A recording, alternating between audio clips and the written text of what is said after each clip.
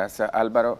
Amigos televidentes, hoy en el segmento Recomendaciones Médicas tenemos como invitada a la doctora Argentina Sequeira. Ella es especialista en radiología e imagen y es una invitada ya de casa. Bienvenida, doctora. Muchas gracias nuevamente por la invitación. Hoy vamos a abordar un tema bastante interesante que es las patologías que se diagnostican por tomografía axial computarizada. Vamos a estar diciendo TAC para evitar decir el nombre que es un poco largo. TAC simple y contrastada de tórax. La radiología es una rama de la medicina súper importante porque en muchas ocasiones los médicos clínicos tenemos sospechas de algún diagnóstico y lo terminamos corroborando por exámenes radiológicos, desde una radiografía hasta una resonancia magnética. En este caso vamos a hablar de las tomografías. Doctora, para iniciar, ¿cuáles son las estructuras que evalúa una tomografía simple y una tomografía contrastada? Bueno, buenos días. La tomografía de tórax es un estudio que valora las estructuras anatómicas del tórax de manera amplia. Muchas personas piensan que cuando hablamos de tomografía de tórax únicamente hablamos de pulmón, pero no. Tenemos lo que es el mediastino. El mediastino es el espacio que se encuentra entre los dos pulmones, donde se ubica el corazón, los grandes vasos. Valoramos los tejidos óseos, tejidos blandos, que son estructuras anatómicas que no valoramos en una radiografía de tórax de forma tan detallada. Sí, el método diagnóstico en primera instancia es la radiografía de tórax en los pacientes que presentan síntomas pulmonares. Sin embargo, del 10 al 15% de las radiografías, aún en pacientes con síntomas, pueden estar normales, porque los cambios radiológicos en la radiografía no se dan tan rápido. Sin embargo, los cambios más sutiles, incluso en pacientes que pensamos que se puedan estar complicando, la tomografía es el método idóneo, donde vemos detalles más finos y vemos un sinnúmero de estructuras anatómicas que nosotros podemos valorar. Entonces, en general, todas esas estructuras que mencioné en la tomografía simple, que también se valoran en la tomografía contrastada. Sin embargo, el medio de contraste, cuando hablamos medio de contraste, es cuando de forma intravenosa se le introduce un medio de contraste iodado al paciente para poder realzar los vasos sanguíneos y otras estructuras anatómicas del tórax para ver. Cuando hablamos de realce, es ver cómo se comporta esa estructura antes y después del medio de contraste. Por ejemplo, esto es muy importante en los procesos tumorales. Cuando tenemos un tumor, es importante si este cambia con la administración del contraste y si tiene un mayor realce en comparación a como estaba antes de la introducción del contraste, mayor riesgo de malignidad tiene. Es importante, doctora, que la población sepa que existen algunos requisitos que los pacientes deben de cumplir, sobre todo en la tomografía con contraste, porque en la tomografía simple creo que no existe ninguna preparación previa del paciente. Exacto, sí, en la radiografía no se requiere ninguna preparación. Sin embargo, tenemos que recordar que sí es un método diagnóstico que emite radiación, entonces principalmente se valora el riesgo-beneficio en pacientes pediátricos, por ejemplo. En los adultos pues no hay ningún problema. Sin embargo, sí, en la tomografía sí se requiere preparación para el medio de contraste. Por ejemplo, no se puede realizar de forma tan fácil en los pacientes que tienen algún problema renal. Los pacientes con falla renal tienen contraindicación de tomografía, sin embargo, se valora el riesgo-beneficio. Si es un paciente que tiene que ser estudiado de forma más detallada, se le administra el medio de contraste, se le hace el estudio, pero por ejemplo se le hace su sesión de hemodiálisis posterior al estudio. Entonces siempre antes de un estudio de tomografía con contraste se realiza un examen de creatinina en sangre. Entonces tanto el radiólogo como el médico clínico tenemos que corroborar que la función renal esté muy bien. También tiene que haber un ayuno previo. Si se va a administrar contraste tiene que haber un ayuno previo y se valora todo pues antes de hacer el estudio. Todo área de radiología donde se hace tomografía están preparados en caso de alguna reacción alérgica al medio de contraste. Son muy raras que se presenten, pero se pueden presentar. Entonces, cualquier emergencia que se dé acerca de alguna reacción alérgica al contraste, el área tiene que estar preparada para tratar al paciente. Es importante que los amigos televidentes sepan de que al hablar de ayuno no significa que todos los estudios tienen que ser en la mañana, doctora, porque hay que explicar de que ayuno es 6 a 8 horas después de la última comida. Entonces, un paciente puede estar en ayuno en la tarde o en la noche, dependiendo de la última hora que ingirió alimento. ¿Existen algunas reacciones adversas, doctora, al medio de contraste, además de las reacciones alérgicas? La más común es la alérgica, ¿verdad? Y el compromiso de la función renal. Entonces los pacientes antes y después del estudio tienen que tomar abundante agua y prepararse para eso, básicamente. Con Hay respecto, pacientes que refieren algunos otros síntomas como dolor de cabeza o sensación de calor, pero no están como estandarizados, son de forma muy infrecuente, ¿verdad? en Básicamente este es eso. tipo de tomografías existe una serie de tomas. ¿Cuántas tomas más o menos se hacen de los órganos que queremos estudiar y cuánto dura el examen?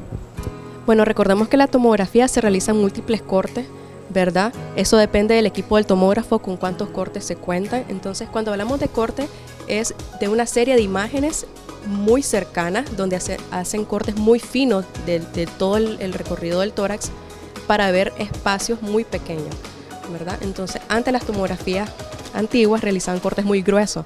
Entonces, habían muchas patologías, por ejemplo, de los bronquios, específicamente de los bronquios, que pasaban desapercibidas, eran muy difíciles de valorar. Mientras que los tomógrafos actuales tienen cortes muy finos, entonces podemos valorar mejor. Por ejemplo, la tomografía axial computarizada, que es la TACAR, es una tomografía de tórax más específica, cortes más finos, donde vemos patologías mucho más amplias, ¿verdad? Y se hace un estudio tanto en inspiración como en expiración.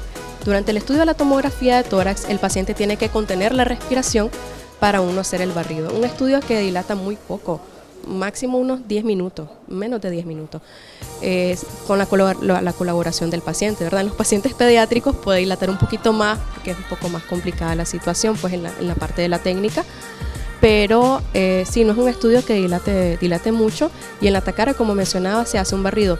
En inspiración profunda el paciente contiene la respiración y se hace otro barrido, el paciente sacando todo el aire de sus pulmones para ver si no hay algún dato de atrapamiento aéreo o algún dato de enfisema. Principalmente eso se presenta en los pacientitos con EPOC, que es la enfermedad pulmonar obstructiva crónica, que son los pacientes que han estado expuestos al humo de leña por mucho tiempo, son muy frecuentes en nuestro país, ¿verdad?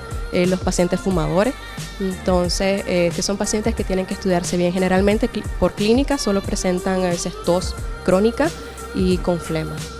Algo bien importante, doctora, es lo que dice, porque generalmente en los extremos de la vida existen pacientes que están muy inquietos, sobre todo los niños, pero también en los pacientes ancianos por alguna patología, por ejemplo, algún tipo de encefalopatía, los pacientes están bastante inquietos, desorientados, entonces en este caso hay que aplicar algún tipo de sedación para que los televidentes estén informados de que se puede aplicar sedación para que el paciente pueda dejarse realizar el estudio. Doctora, ¿y cuáles son las patologías más frecuentes de pulmones que diagnostica una tomografía simple? Podemos ver en la tomografía pues todo lo que son la serie de las neumonías. Cuando hablamos de neumonías, no solamente hablamos de neumonía bacteriana, sino que podemos estar ante la presencia de una neumonía por hongos, por virus, ¿verdad? Una de las infecciones bastante común en nuestro país es la tuberculosis, ¿verdad? A pesar de todas las vacunas y todo, es muy frecuente en los pacientes inmunocomprometidos. Valoramos lo que son las patologías de la pleura. La pleura es la capa que recubre los pulmones, ¿verdad? Todo lo que es el árbol bronquial, ¿verdad? Y las patologías de corazón mediastino, que era lo que habíamos mencionado al inicio de la entrevista, que sí, no solamente valoramos los pulmones, sino que valoramos costillas, estructura ósea, incluso la columna dorsal se valora muy bien en la tomografía simple de tórax, y todo lo que es la estructura por fuera del pulmón. Básicamente son eso. Sí es importante valorar un sinnúmero de patologías pulmonares, sin embargo, a veces uno realiza un estudio pensando que los síntomas, por ejemplo la tos o el cansancio, que es la disnea, se debe a una patología pulmonar, y muchas veces termina siendo, por ejemplo, alguna patología cardíaca. ¿En qué caso, doctora, hablaba del atacar? ¿En qué caso está indicada? Porque en algunas ocasiones nosotros mandamos un estudio y el radiólogo nos sugiere realizar otro estudio más específico. ¿Cuáles son las indicaciones de un atacar? Sí, siempre que nosotros indicamos un estudio de extensión, le decimos nosotros, es decir, complementar con un estudio de imagen más, es cuando vemos algo que nos llama la atención. Por ejemplo, algo que pueda estar afectando mayormente los bronquios, cuando tenemos la presencia de nódulos pulmonares, por ejemplo, porque la tomografía también se hace para valorar nódulos malignos, nódulos benignos, y existen los nódulos pulmonares. Cuando hablamos de un nódulo pulmonar, es una masa pequeña en el pulmón que puede ser única, como un nódulo solitario, o pueden ser múltiples. En dependencia de la ubicación, el número y el tamaño de los nódulos que encontremos, uno tiene que ir investigando causas. Entonces, por ejemplo, la presencia de un nódulo pulmonar, de nódulos pulmonares, tenemos que hacer un estudio de TACAR, un estudio de mayor extensión, para ver detalles más cortos, más finos de ese nódulo, estudiarlo de una forma más detallada. Toda esa parte se valora en la TACAR.